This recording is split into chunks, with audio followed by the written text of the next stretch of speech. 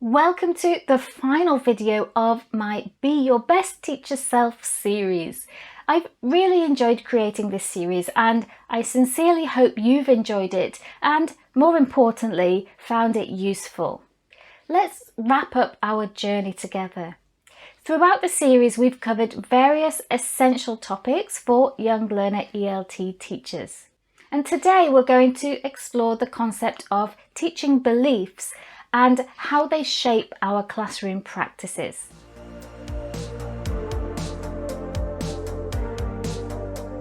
But first, let's take a moment to reflect on the incredible journey that we've been on this summer. We started by reflecting on the school year, celebrating our successes and learning from our challenges.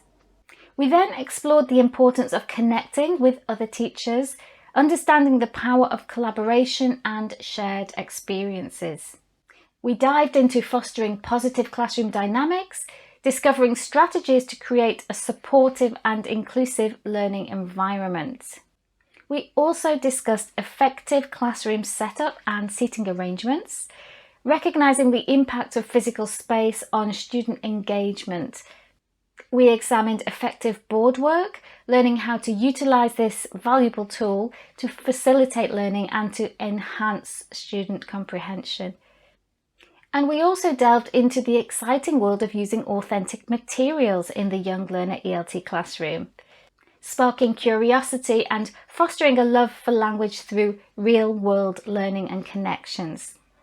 And in our previous video, we strategically planned ahead by exploring termly and lesson planning techniques, making sure that our teaching is purposeful and aligned with our students' needs. Now it's time to bring it all together by examining our teaching beliefs and how they shape our overall approach to teaching. Teaching beliefs are the fundamental assumptions, values, and perspectives that guide us as teachers. They influence how we view language learning and acquisition and what happens in the classroom, and also the roles of teachers and students in the classroom, classroom management, student motivation, assessment, and the importance of inclusion, for example. Let's think back to our first video on reflection. This time we won't be drawing any stars, but I will be inviting you to take a moment to reflect on your personal teaching beliefs. What do you believe about teaching English? What are your values for teaching? What do you think are the non-negotiables or essentials for English teaching with young learners? Pause the video and write down your thoughts. And remember that your beliefs may evolve over time as you gain more experience. Also think about your beliefs about yourself as a teacher. Are you someone who's willing to develop, to examine your classroom practice and strive for ways to improve? Are there areas that you sometimes struggle with and with which you would like more support? So pause the video and spend a few minutes thinking about these questions.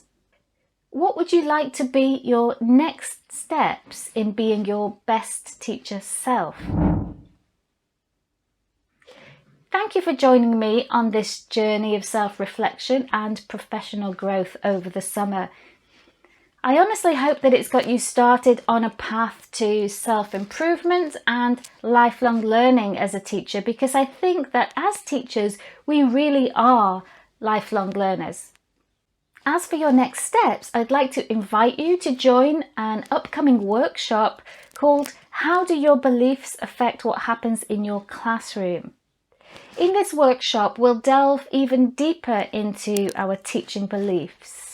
We'll explore strategies for aligning our beliefs with classroom practices.